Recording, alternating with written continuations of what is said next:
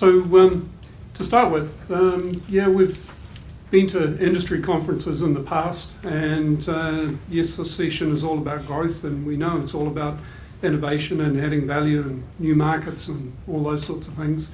But if we know that that's what growth is really entailing, why is it that the perception that I have of both your industry and the construction industry that I come out of is one of declining resource quality, both are experiencing quality issues, scale-based productivity, where you're trying to drive your costs down by volume, and price-based marketing.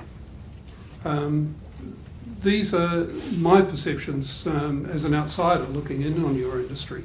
And while I'm not an economist, this looks a lot like a commodity-based industry to a large extent.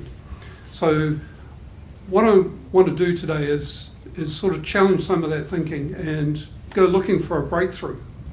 So if the Romans gave us concrete all those years ago, and the Victorians gave us structural steel, and the US gave us the elevator that gave us high-rise buildings, I'm looking for what the breakthrough is that the timber industry is giving us. And towards the end of the presentation, I'll touch on a few ideas that might signal some of those breakthroughs. I want to really focus in on 5 areas of change that really, from my perspective as an employee of Winstone Wallboards, the manufacturers of JIB, are really defining our customer needs. Government as a customer, not just as a regulator, but as a customer who's going to procure product. Urban intensification, off-site construction, the impact of carbon that we've just heard of earlier in this session, and of course the digital aspects that we experience broadly in everyday aspects of our business. So let's deal with these, starting with government as a customer. I'm frequently hearing in public forums and business meetings government agencies talk about market failure particularly in the housing industry, and poor industry productivity. So as a key signal of change, government is saying they can't rely on the industry as we've known it to actually deliver the housing and the built environment that we're going to need going forward. The real implication of that is that we're starting to see government take a direct involvement in freeing up land and freeing up investment capital. They're becoming the major developer.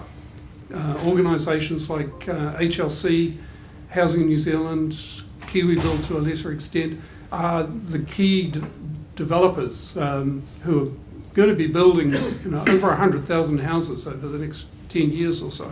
So we need to increasingly see government as that customer, and they're wanting to procure this output of all this new housing using quite different channels.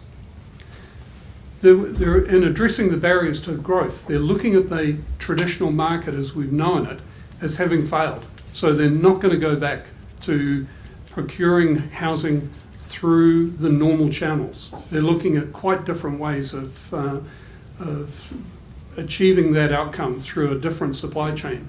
They're certainly looking at offshoring.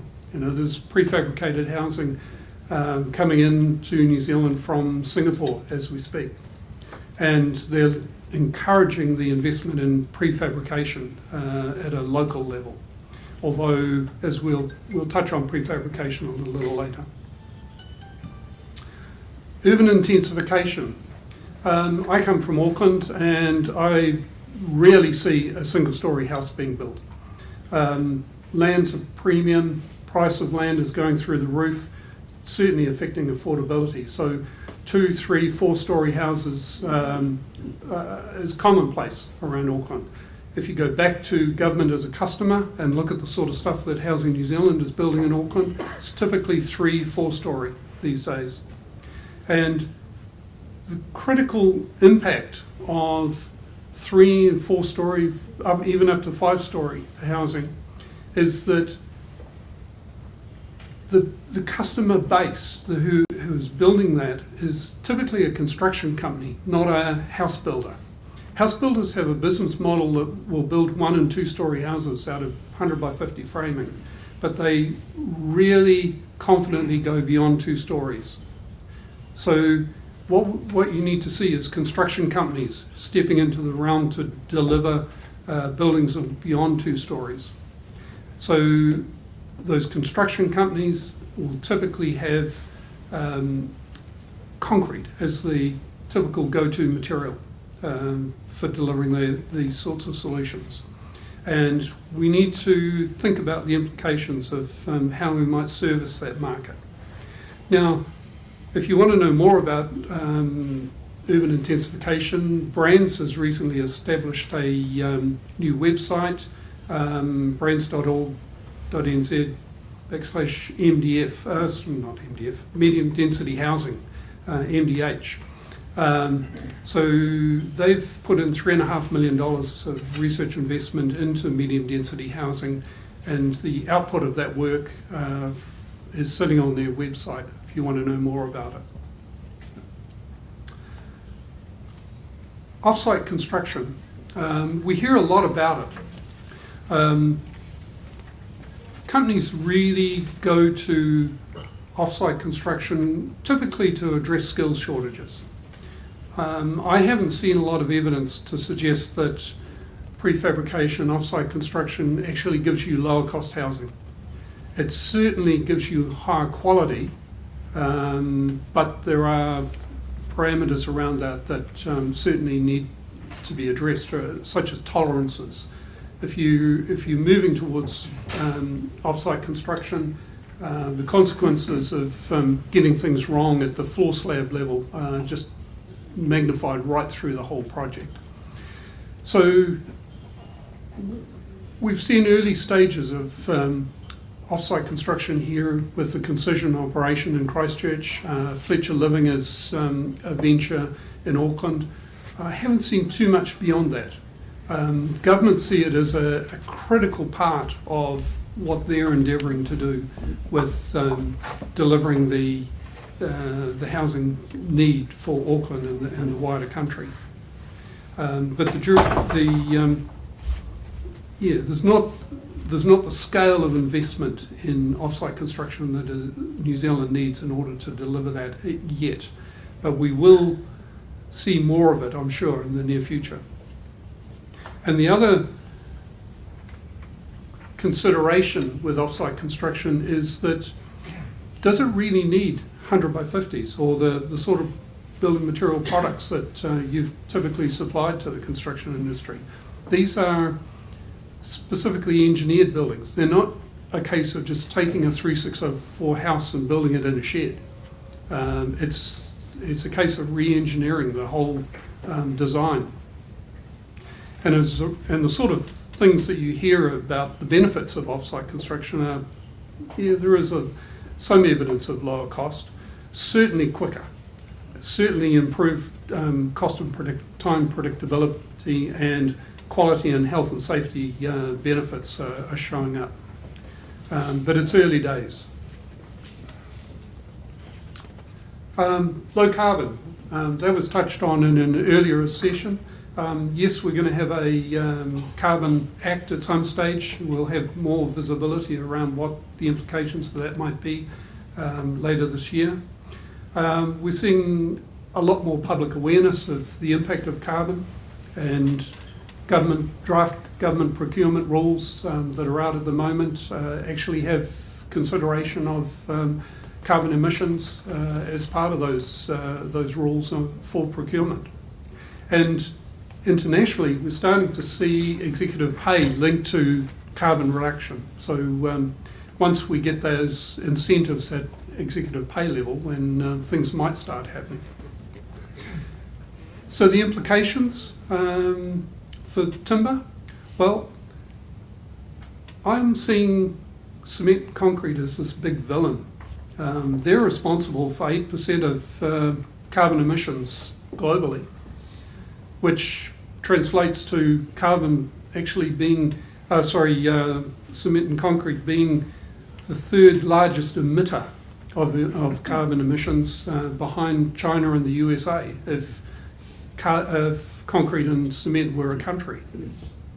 And the real challenge for wood is to see itself as the low carbon substitute for concrete, and all that concrete material out there that could potentially be built in wood if we develop wood systems to take concrete on. Concrete tilt slab has been a very successful building system. There's no reason why that can't be built in timber.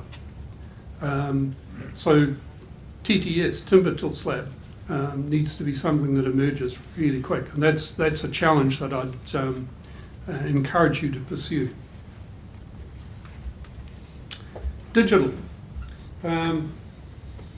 You can just about do anything with these things these days. And as our customers are telling us, they want to track orders. I'm going to give some examples from JIB specifically, but in essence, the JIB customer service promise is one of, if you order today by 3 o'clock this afternoon, we'll deliver to your site anywhere in the country tomorrow. Now, as a business, we don't achieve that by having massive stock of product all over the country. We do it through having digital smarts that allow us to achieve that outcome, and a very powerful logistics capability. Some would argue that JIB are more of a logistics company than a manufacturing company these days, but it's a powerful part of our customer service promise and our value proposition to our customers, and digital has been one of the key enablers of that. So digital needs to be incorporated into your planning. Customers are requiring it. We can now order JIB directly over these. You don't need to go, the builder doesn't have to walk into the merchant to actually place his order. He can do it just on his phone, on an app. He can also track and trace his delivery. If you can do this for a $10 pizza, you can certainly do it for $10,000 of building materials, or you should be able to do it for $10,000 of building materials. So he can see where his delivery order is actually in the country and what time it should arrive on his site. So that's the sort of digital capability that is emerging. And the benefits of digital solutions: 40% faster, 80% less waste, fewer incidents in terms of health and safety, and definitely lowering costs. Just on the waste thing, I've been measuring construction site waste on new house builds around Auckland, and I've been very surprised to be finding 2 tonne of timber waste on the completion of a new house on average. We need to seriously have a look at where that's coming from. So this is not including waste at a pre-nail level. This is stuff that's just going directly to the site, and it's averaging about 2 tonne. That's a lot of material.